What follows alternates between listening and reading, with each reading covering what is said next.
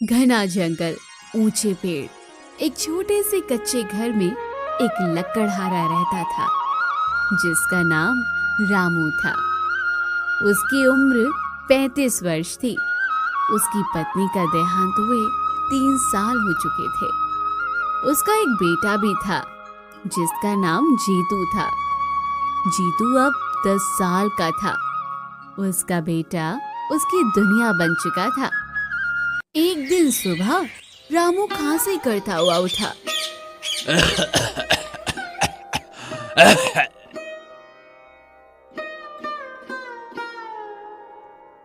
बाबा, आपको फिर से खांसी हो रही है। आप रोज ऐसे ही परेशान होते हो। चलो ना, आज मैं जंगल से लकड़ी ले आऊं, आप आराम कर लो। नहीं रे, तू अभी छोटा है बेटा। जंगल का रास्ता आसान नहीं होता। कांटे भी है, ढलान भी है और जानवरों का डर भी रहता है। मैं कर लूंगा, तू घर पर ही रह बेटा।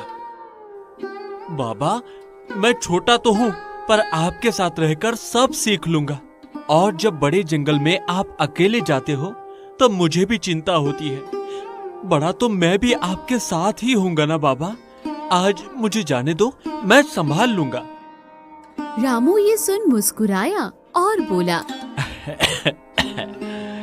अच्छा, इतना बड़ा हो गया है तू, है? चल फिर आज मेरे साथ चल, लेकिन ध्यान रखना बेटा, पहले मेरे पीछे पीछे ही चलना और कोई भी जोखिम वाली चीज देखकर मुझसे पहले हाथ मत डालना बेटा। ठीक है बाबा, आज मैं पूरी सावधानी रखूंगा, बस आप धीरे चलना। दिन बीतते गए। जीतू 15 साल का हो गया। कंधे मजबूत, आंखों में चमक। जंगल में लकड़ियां काटते हुए वो अक्सर पिता से पूछता, बाबा, माँ कैसी थी? बहुत शांत, तुझ पर ही गई है। अगर होती तो आज बहुत खुश होती। क्या वो मुझे कभी गोद में खिलाती होगी बाबा? अरे हाँ बेटा, बहुत खिलाया तुझे। तू तो उनका लाडला था बेटा। तेरे रोने पर वो तुरंत भाग कर आ जाती थी। उसकी हंसी कैसी थी बाबा? ऐसी कि सुनते ही दिन का थकान उतर जाए। पूरे घर में उजाला भर जाता था बेटा उसकी हंसी से।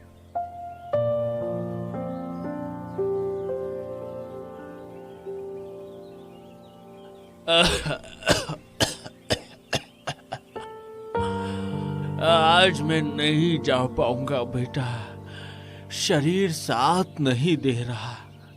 तो थोड़ा ही लाना, संभल कर जाना बेटा और जल्दी लौट आना। आप आराम करो बाबा, मैं ले आऊंगा। आप बस दवाई खा लेना, चिंता बिल्कुल मत करना, मैं संभाल लूंगा। जीतू अकेले जंगल गया। लकड़ियां काटते हुए आवाजें सुनाई दी, घोड़ों की, सेनापतियों की बोलियां। वो छिपकर देखने लगा। राज्य का राजा वीरेंद्र सिंह आया था और उसके साथ उसकी छोटी बेटी राजकुमारी कुमुद भी थी। वो 13 साल की थी। राजकुमारी फूल तोड़ रही थी। पिताजी, इस जंगल में कितनी प्यारी खुशबू है। लगता है जैसे हवा भी फूलों से भीनी हो गई हो।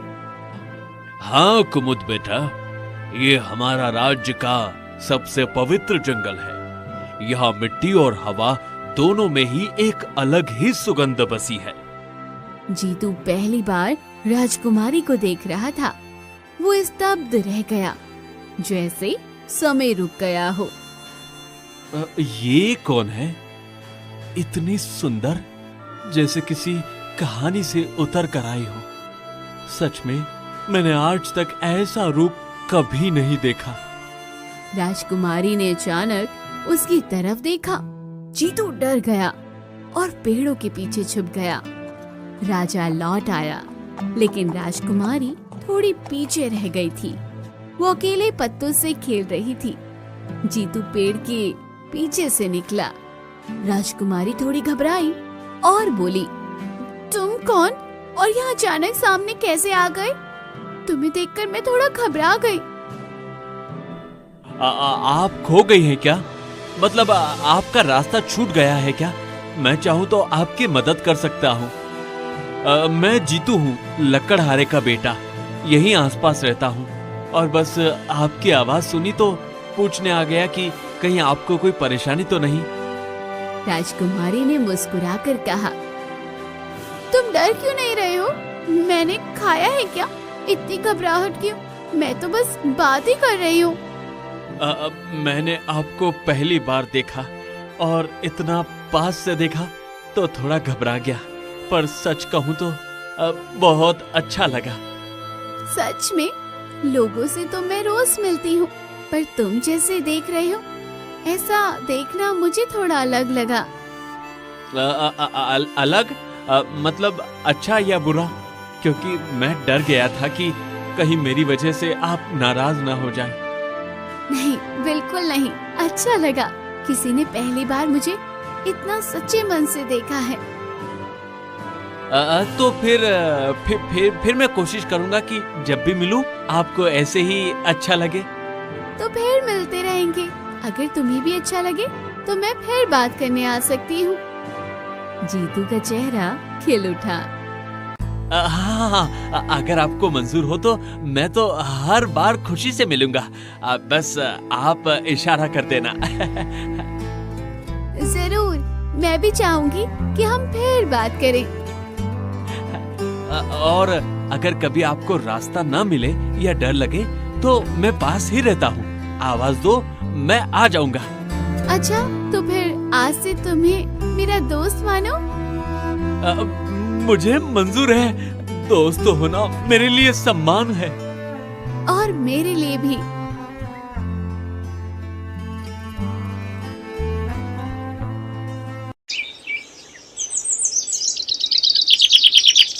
अगले दिन जीतू ने सोचा, मैं राजकुमारी से कैसे मिलूं? वो तो महल में रहती है और मैं तो बस एक साधारण लकड़हारे का बेटा हूँ। हाँ? वो जंगल में इंतजार करता रहा। थोड़ी देर में राजकुमारी वहां आ गई। मैं कुछ कह रहा था आपसे। क्या मैं कभी महल आ सकता हूँ? मतलब क्या वहाँ मेरे जैसे को अंदर जाने देंगे? तुम लकड़हारे का बेटा? हाँ, आ सकते हो अगर तुम डरते नहीं हो और मिलने की हिम्मत रखो। लेकिन महल में पहरेदार हैं, वो मुझे देखते ही रोक लेंगे। शायद बाहर ही खड़ा रहने को कह दे।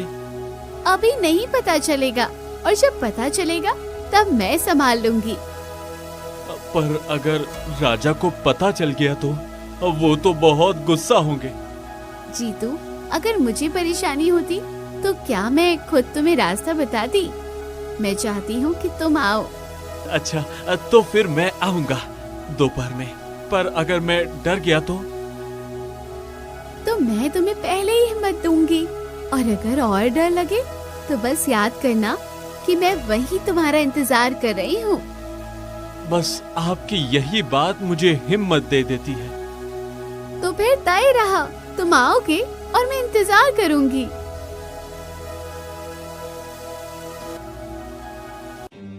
फिर वो दोनों चोरी छुपे हर रोज मिलने लगे। उनकी दोस्ती कब प्रेम में बदल गई उन्हें पता ही नहीं चला। उसी जंगल के काले हिस्से में जादूगरनी तीक्ष्णा रहती थी, जिसकी उम्र 100 साल से ऊपर थी। काले कपड़े, झाड़ियों सा बाल, वो जंगल में चमकती आंखों से ये सब देख रही थी। ओहो, राजकुमारी और लकड़हारे का लड़का, पवित्र प्रेम पनप रहा है। ये मुझे बिल्कुल मंजूर नहीं। उसके खून में जो शक्ति छुपी है वो मुझे चाहिए और इस प्रेम को तोड़ना ही पड़ेगा।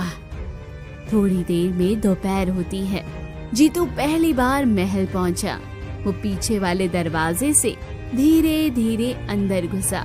राजकुमारी उसके इंतजार में थी। तुम आ गए, डर तो नहीं लगा? महल में पहली बार आने वाले अक्सर घबरा जाते हैं। थोड़ा तो लगा, पर आप थी इसलिए हिम्मत आ गई। नहीं तो शायद दरवाजे से ही लौट जाता। चलो मैं तुम्हें अपना कमरा दिखाती हूँ, अंदर आकर तुम्हें और भी अच्छा लगेगा। लेकिन मैं सोच रहा था, क्या सच में मुझे वहाँ जाना चाहिए? हाँ क्यों नहीं, तुम मेरे बुलाए मेहमान जो हो। बस डर है कि कहीं कोई गलत मतलब न निकाल ले। जीतू, यहाँ हर बात का मतलब मैं तय करती हूँ, किसी और की परवाह मत करो। ठीक है ठीक है, फिर मैं आपके भरोसे ही चल रहा हूँ। और मैं चाहती हूँ कि तुम थोड़ा आराम से रहो। महल उतना सख्त नहीं है जितना बाहर से लगता है। कोशिश करूँगा, बस थोड़ा नया नया सा लग रहा है सब। नया होना बुरा नहीं होता, कभी कभी नई जगह ही इंसान को सबसे ज्यादा बदल देती है। दोनों महल में हंसते खेलते घूमते रहे। जीतू ने पहली बार इतना बड़ा महल देखा। अगर राजा देख लेंगे तो पता नहीं क्या सोचेंगे। मुझे तो डर है कि कहीं मुझे बाहर न निकलवा दे। मेरे पिता अच्छे हैं, लेकिन फिलहाल नहीं देखे तो अच्छा है। वो अचानक देखकर चौंक जाएंगे, इसलिए अभी थोड़ा संभल कर रहो।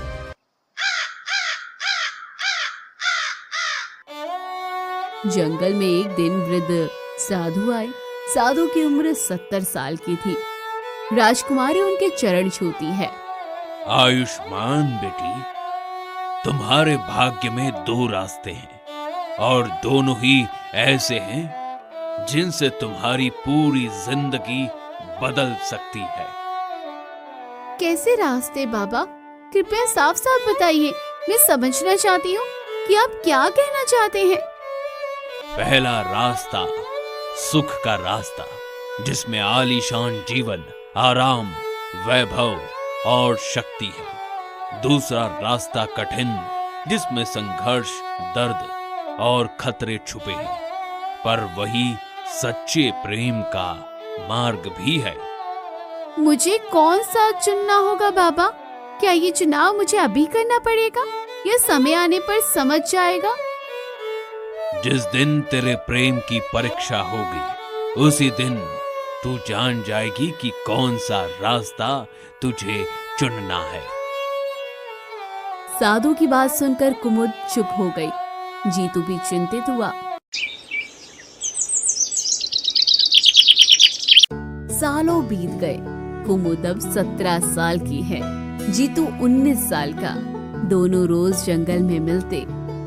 जीतू, तुम बदल गए हो, अब तो बिल्कुल वीर लगते हो। पहले जैसे लड़खड़ाते थे, अब तो कदम भी मजबूत हो गए हैं। तुम्हें देखकर लगता है जैसे तुम किसी लड़ाई के लिए तैयार हो।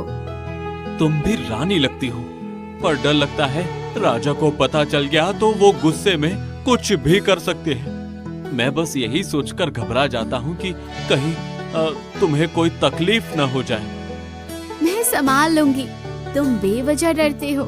अगर मैं तुम्हारे साथ खड़ी हूँ तो बाकी चीजों की चिंता मत करो।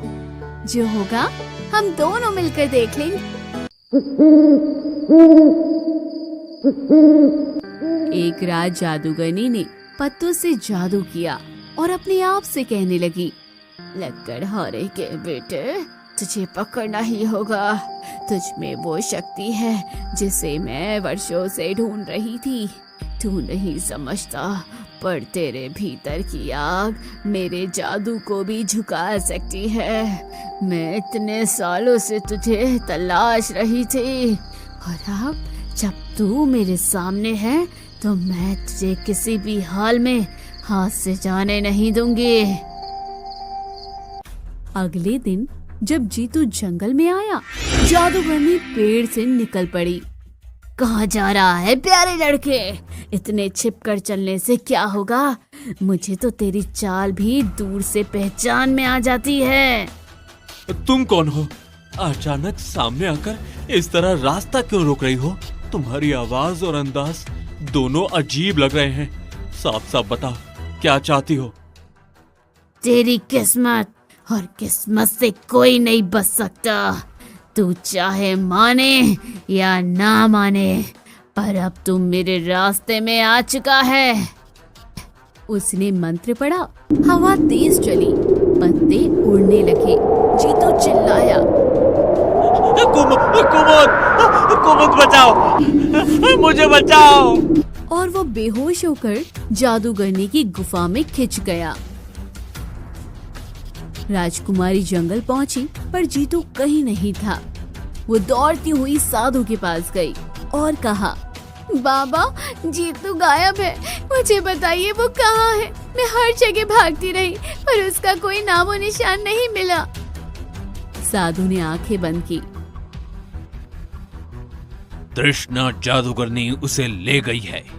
उसकी नजर बहुत तेज है और उसकी मंशा और भी गहरी। वो उसी आत्मा को पकड़ती है जिसमें असाधारण शक्ति छिपी होती है और जीतू उसकी नजर में आ चुका है। मैं उसे बचाऊंगी कैसे मुझे समझ नहीं आ रहा, लेकिन मैं हाथ पर हाथ रखकर नहीं बैठ सकती। आप कोई मार्ग बताइए, मैं हर मुश्किल सह लूंगी, बस उसे वापस लाना है। 2 रास्ते। पहला रास्ता सरल है, तुम राजकुमारी रहो, महल में बैठो और सुरक्षित रहो। दूसरा रास्ता कठिन है, जंगल, अंधेरा, जादूगरनी और दर्द। पर उसी कठिन रास्ते पर प्रेम मिलेगा और वही तुम्हें जीतू तक पहुंचाने की राह भी दिखाएगा। मैं दूसरा रास्ता चुनती हूँ, चाहे कितना भी जोखिम हो, चाहे जितना भी अंधेरा मिले, मैं उसके लिए सब कुछ सहने को तैयार हूँ। जीतू जागा तो खुद को लोहे की जंजीरों में पाया। मुझे छोड़ दो, ये जंजीरें क्यों बांधी है? मैं तुम्हें नहीं जानता, ना ही मैंने तुम्हारा कोई दोष किया है। मुझे यहाँ कैद में रखने का कोई हक नहीं है तुम्हें। तेरे खून में पुरानी शक्ति है। तेरे पिता किसी समय में वनवंश के रक्षक थे। मुझे वो शक्ति चाहिए जीतू। तू चाहे इनकार करे पर तेरे भीतर वही ताकत बह रही है जिसकी मुझे सदियों से तलाश थी, और अब मैं तुझे यूं ही नहीं जाने दूंगी। मैं कुछ नहीं जानता, तुम चाहे कितना भी कहो। मुझे अपने पिता की ताकत, वंश और जादू के बारे में कुछ भी समझ नहीं है। मुझे बस आजादी चाहिए, बस इतना ही। कुमुद अकेले जंगल में निकली थी। कांटे, अंधेरा, जंगली जानवर। वो पैर काटते हुए भी आगे बढ़ती रही। जीतू, मैं आ रही हूँ। मैं चाहे कितनी भी चोट खा लूं, तू जहाँ भी होगा मैं तुझे ढूंढ ही लूंगी। साधु प्रकट हुए। बेटी, तुझे 2 आखिरी परीक्षाएं देनी होगी।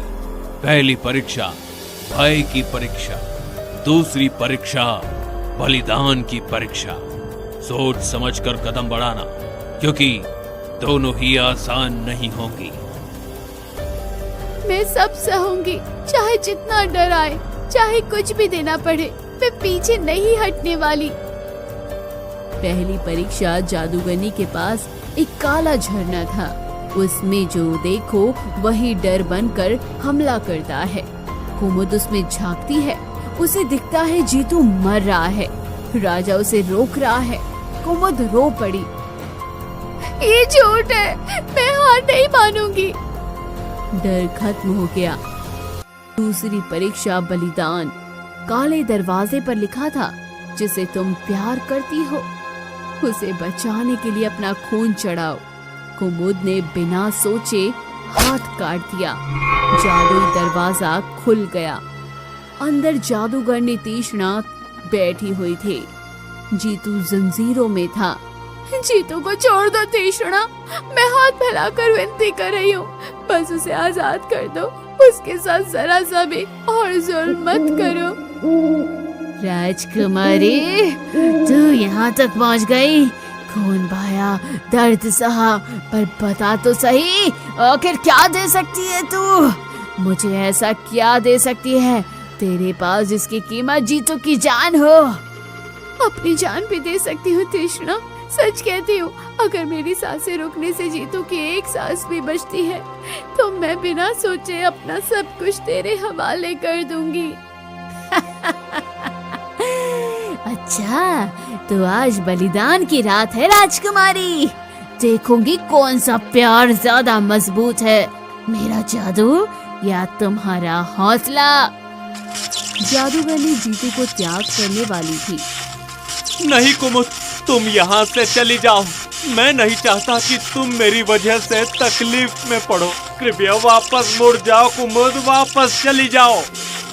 मैं नहीं जाऊंगी जीतू, तुम्हें अकेला छोड़कर एक कदम भी नहीं हट सकती, चाहे तृष्णा कुछ भी कर ले। जादूगर ने मंत्र पढ़ने लगी कि तभी तेज प्रकाश फैला। साधु अंदर आए। तृष्णा, आज तेरा अंत है। बहुत दिनों से तेरी काली शक्तियों को सहन किया है मैंने। अब तेरे हर छल कपट का हिसाब यही और इसी पल होगा। तू जितना भी मंत्र पढ़ ले, आज तेरी दुष्टता एक कदम भी आगे नहीं बढ़ पाएगी। कुमुद ने जादूगरनी की छड़ी पकड़ ली। जादूगर ने चिल्लाई, मूर्ख लड़के, हाथ मत लगाना। और साधु तू भी सुन ले, मेरी छड़ी को छूना किसी छोटे खेल जैसा नहीं है। ये छड़ी उन लोगों को भी भस्म कर देती है जिनके पास 500 साल की तपस्या का बल हो। कुमुद को दूर रख, नहीं तो तेरी आंखों के सामने राख बन जाएगी। लेकिन देर हो चुकी थी। छड़ी का मंत्र उल्टा चला और जादूगरी पत्थर बन गई। जीतू आजाद हो गया। कुमुद उसके पास भागी। तुम ठीक हो? सचमुच ठीक हो ना? मैं बहुत डर गई थी। मैं ठीक हूँ, लेकिन तुमने इतनी चोटें क्यों उठाई कुमुद? इतनी तकलीफ क्यों उठाई तुमने? क्योंकि मैं तुमसे प्रेम करती हूँ, बहुत गहरा प्रेम करती हूँ जीतू। तुम्हें खोने का डर ही मुझे यहाँ खींच लाया। जीतू ने उसका हाथ पकड़ लिया। राजा को सब पता चला। वो क्रोधित होकर बोला, राजकुमारी और लकड़हारे का बेटा, यह असंभव है, कभी नहीं। तुम मेरी बेटी होकर ऐसा चुनाव नहीं कर सकती। पिताजी, मैंने जीतू की जान बचाई है, अपनी जान जोखिम में डालकर। अगर ये प्रेम आपको गलत लगता है तो फिर मैं भी गलत हूँ और मैं अपने इस निर्णय से पीछे नहीं हटूंगी। राजा कुछ देर चुप रहा। साधु ने कहा, जिस प्रेम की परीक्षा खून से हो, उस पर कोई राज सिंहासन भारी नहीं। जिस प्रेम में दर्द सहकर भी साथ निभाने का वचन हो, उसे कोई शक्ति नहीं तोड़ सकती। राजा पिघल गया। अगर मेरी बेटी उससे सच्चा प्रेम करती है और उसका मन उसी में अटका है, तो मैं कैसे मना कर दूं? कैसे उसके रास्ते में दीवार खड़ी कर दूं? हल में ढोल नगाड़े बजे। पूरा राज्य खुश था। जीतू राजकुमारी के सामने खड़ा था। मैं आज भी वही लकड़हारे का बेटा हूँ, चाहे मैं कितना भी बड़ा और मजबूत हो गया हूँ। मेरी जड़ें वही है, वही मिट्टी, वही जंगल और वही संघर्ष। और मैं आज भी वही लड़की हूँ, वही जिसने जंगल में तुमसे पहली बार मुलाकात की थी, वही जिसने तुम्हारे साहस और दयालुता को देखा और अपने दिल में जगह दी। समय बदल गया, पर मैं वही हूँ जो तुम्हारे साथ खड़ी है। दोनों ने विवाह किया। पूरा राज्य गूंज उठा। राजकुमारी कुमुद और राजकुमार जीतू की जय जयकार हो रही थी। जंगल अब भी खड़ा था, पर अब वो प्रेम की कहानी भी सुनता था। एक लकड़हारे के बेटे का प्रेम जिसने राजकुमारी को पाया, और एक राजकुमारी का साहस जिसने अपने प्रेम को बचाने के